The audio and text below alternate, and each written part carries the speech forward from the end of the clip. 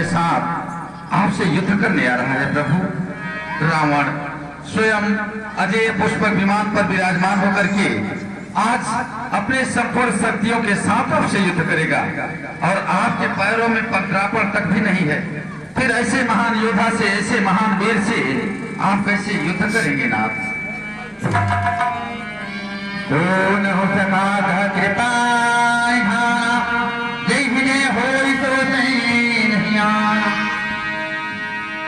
महाराज भूषण कहने दीनानाथ, आप सभी किसी भी प्रकार की चिंता, दम, विवेक, परोपकार, यह चारों मेरे अस्त्र हैं जो कि क्षमतामयी रस्सी से जुड़े हुए हैं।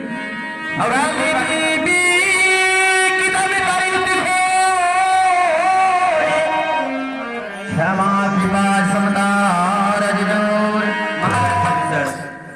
और गुरुओं का दिया हुआ आशीर्वाद हमारे कवच समान है और इस दिव्य रथ को चलाने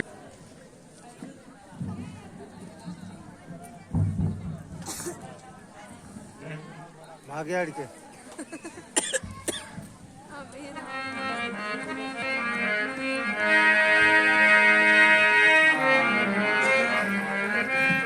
तू ही हमारे लंका का कुलद्रोही बन चुका, जो कि समस्त योद्धाओं का तूने सर्वनाश किया है। क्या वह बालक तू ही है? और तेरे साथ मैं तो सुना था कि तुम दो वनवासी हो, परंतु दिखने में एक दिख रहा, एक किधर गया? शीघ्र बताने की कृपा कर। महाराज अयोध्यापति महाराज दशरथ के पुत्र राम का प्रणाम स्वीकार हो महाराज। विजयी भव। अपने दुश्मन को विजयी का आशीर्वाद दिया हो, परंतु इसमें मेरा कोई दोष नहीं है। ये सब शिव शंकर का पुण्य प्रताप है, जो कि अपने शिष्यों को अपने हिसाब से आशीर्वाद प्रदान करते हैं। परंतु आज रही बात, ये बालक मैं तुमसे प्रतिशोध लेने आया हूं और एक शब्द और कहूंगा कि अगर ये सुंदर शरीर आप बचाना चाहते हैं तो ये लंकाधिपति तुम्हें माफ करेगा। वैसे तो हम क्षत्रिय हैं, परंतु आपको मैं बतला दूं कि हम क्षत्रिय अगर ये धसल में एक बार पांव रखते तो धसल से अपनी पांव पीछे कभी नहीं करते। परंतु महाराज मैं तो बस आपको यही कहूंगा कि आप हमारे भार्या को हमारी आज यही बात तुमको याद आया। अगर ये बात उसी दिन कहा होता ये कार्य बिल्कुल न होता। और आज भीख की दुहाई मांगने मेरे सामने आए हो। हरगिज रही लंकाधिपति जो उस कार्य को करता है स्वयं अपने भुजाओं के बल से उस कार्य को हल करता है। ये बालक यही कहूंगा कि हमारे लंका को छोड़कर अपने अयोध्या की ओर चले जाओ, इसी में तुम्हारी भलाई है। और जाओ, तुझे जीवन दान देता हूं। महाराज आग का ज्वाला हूँ, विश्व का मतवाला हूँ कि आग का ज्वाला हूँ, विश्व का मतवाला हूँ। निकाल दो तेरे जैसे बालक की दोनों आंखें निकाल दो। तलवार दिखाते हो क्या महाराज? तलवार दिखाते हो क्या महाराज? तलवार में काम में आएगी, छतरी के तल पे पड़ते ही छत्तीस टुकड़े हो जाए। बालक छोटी मुंह बड़ी बात सोहनी होती है। अगर चीटी पहाड़ को लेकर के चले तो ये सब शक्तियां इस काम में आएंगी। इसलिए इस समय तुम्हारा जो औकात है उस औकात से बोल बालक।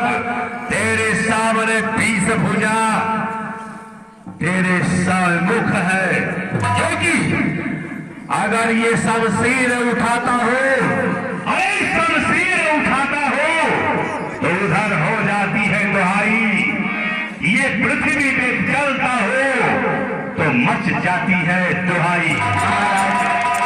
मत करना, बक बक मत करना वरना घसीट घसीट कर मारूंगा और आपकी भी सीने हो सवार, आपकी मुंह से खून निकालूंगा। गंगा उल्टी क्यों न बहे, गंगा उल्टी क्यों न बहे, और तेरी औकात क्या जो लंकाधिपति के सामने खड़ा। महाराज तीर बनकर यहाँ पे चलोगे, तीर बनकर यहाँ पे चलोगे तो मैं हवा हो जाऊंगा, और लोग बनकर यहाँ पे चलोगे तो मैं दवा हो जाऊंगा। सावधान हो जा बालक, सावधान हो जा। हर हर महादेव, शंकर भगवान की, बम बम विश्वनाथ काशी कैलाशपति। सावधान महाराज, सावधान।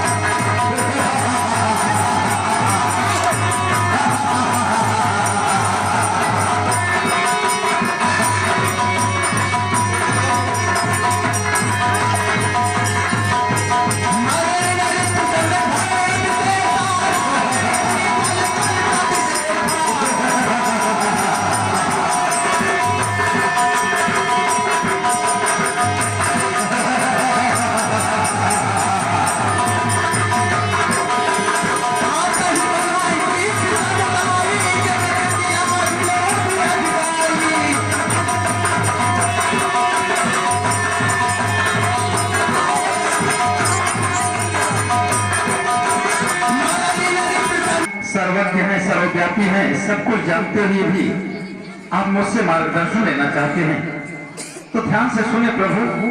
रावण से आप इसी प्रकार से हमेशा लड़ते रहेंगे परंतु रावण को विजय नहीं प्राप्त कर पाएंगे, क्योंकि एक कारण है, रावण के नाभि कुंड में अमृत की घड़ियां है। आप एक साथ में वैष्णवी बाणों का संधान करते हुए 31 बाणों का संधान करेंगे, जिससे 10 बाण जाकर के रावण के 10 मस्तक में, 20 बाण जाकर के रावण के 20 भुजाओं में और 1 बाण जाकर के रावण के नाभि में लगेगा, जिससे रावण के नाभि में जो अमृत की घड़िया है, जब तक वह सूखेगी नहीं तब तक रावण इस धरती पर नहीं गिर पाएगा। आप एक साथ में कहीं 31 बाणों का संधान करते हैं तो निश्चित रूप से रावण को विजय प्राप्त कर देंगे। प्रभु क्यों नहीं महाराज, आप ऐसा ही करेंगे, आप ऐसा ही करेंगे।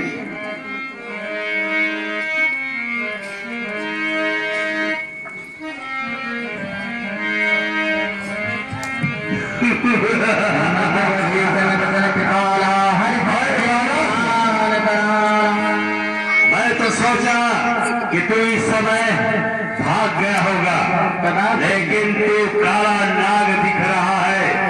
अगर मरने आया है, ले लंकेश के वार से बच, फिर इसके बाद आज तेरा हमारा पता हो जाएगा इस रणभूमि में कौन विजेता हुआ है। महाराज नन्हा मुन्ना नहीं, मैं असल नाग हूँ।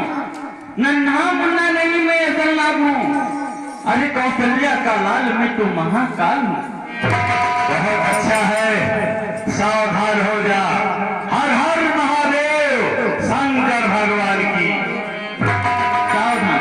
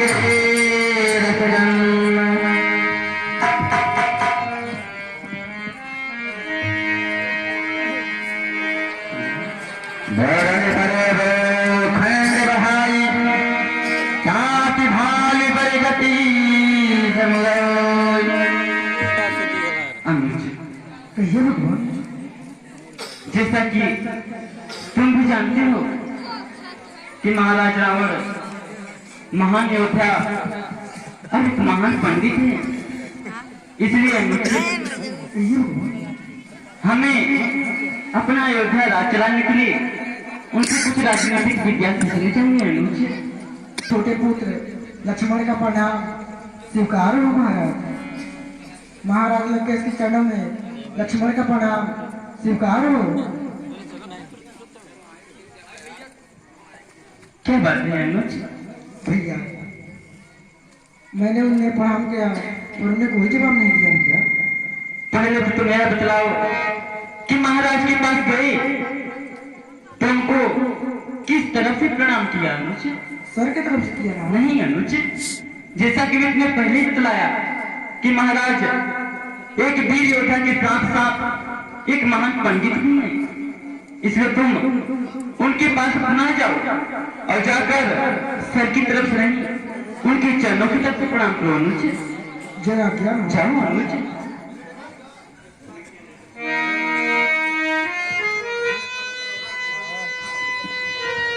महाराज लंकेश के चरणों में लक्ष्मण का प्रणाम स्वीकार हो। महाराज महाराज लंकेश के चरणों में लक्ष्मण का प्रणाम स्वीकार हो। कौन हो? लक्ष्मण, क्यों आए हो? मैंने आपसे कुछ राजनीति सीखने आया हूँ। पहले तू ये बता कि अयोध्या का राजा तू बनेगा या तेरा भाई राम? महाराज अयोध्या का राजा मेरे बड़ भैया राम बनेंगे। भाग यहाँ से, जाओ राम को भेज मेरे पास। भैया उन्हें कहा कि अयोध्या का राजा कौन बनेगा, तो मैं कहा कि मेरे बड़ भैया राम बनेंगे। तो उन्होंने कहा कि तुम इसलिए यहाँ पर किस लिए आए हो, जाओ अपने बड़ भैया राम को भेजो।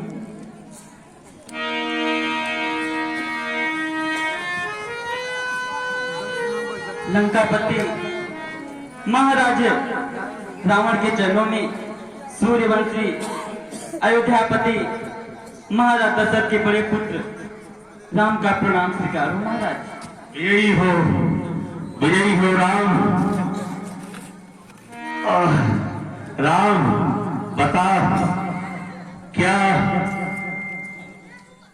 मुझसे क्या काम है राम? महाराज हमने सोचा कि आप तो कुछ ही क्षण के मेहमान हैं, क्यों न चलकर आपके पास अपना अयोध्या राज चलाने के लिए कुछ राजनीतिक विद्या सीख ली जाए।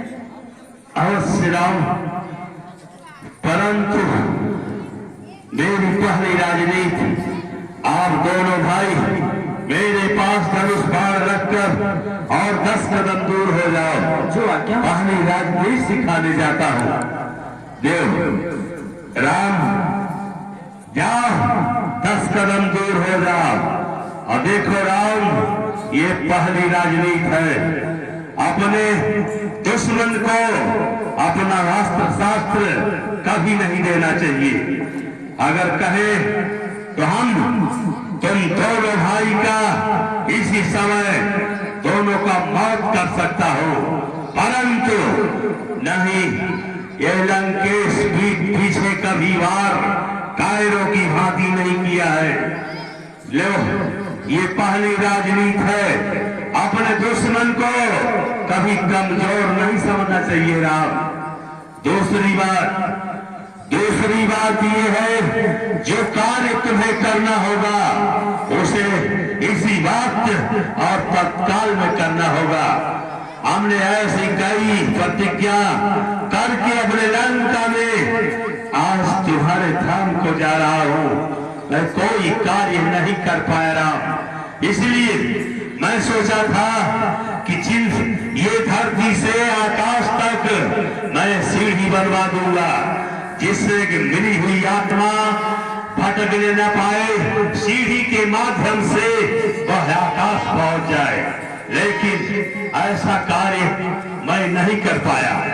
इसलिए हे राम, जो कार्य करना हो उसे आपको इसी वक्त करना है। कहा है, काल करे सो आज करे, आज करे सो अब, पल में प्रलय हो तुम्हें बहुरी करोगे कब।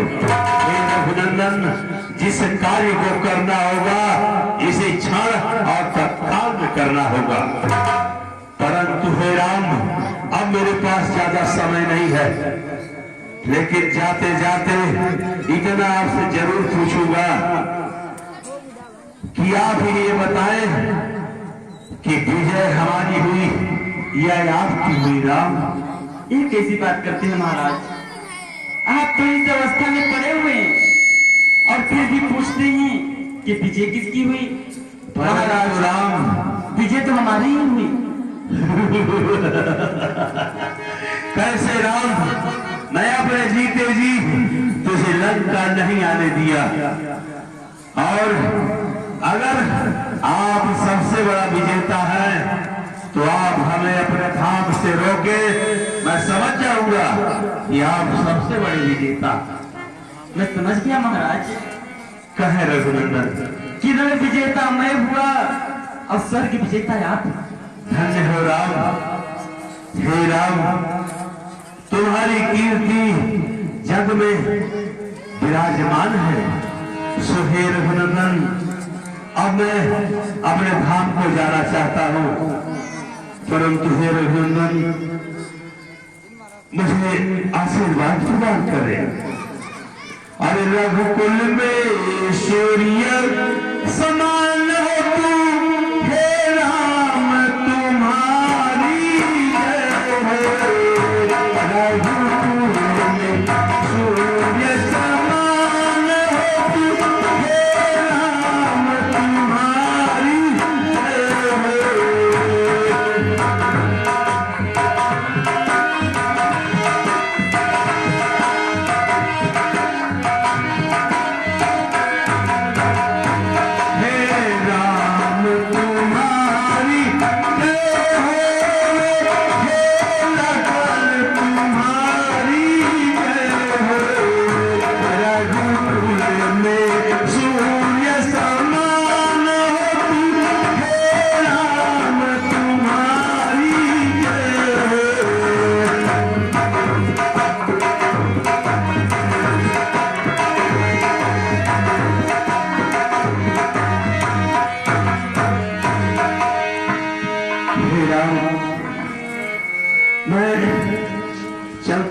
कि आपसे यही विनय करूंगा, हे रघुनंदन, दया के सागर, हे मर्यादा पुरुषोत्तम,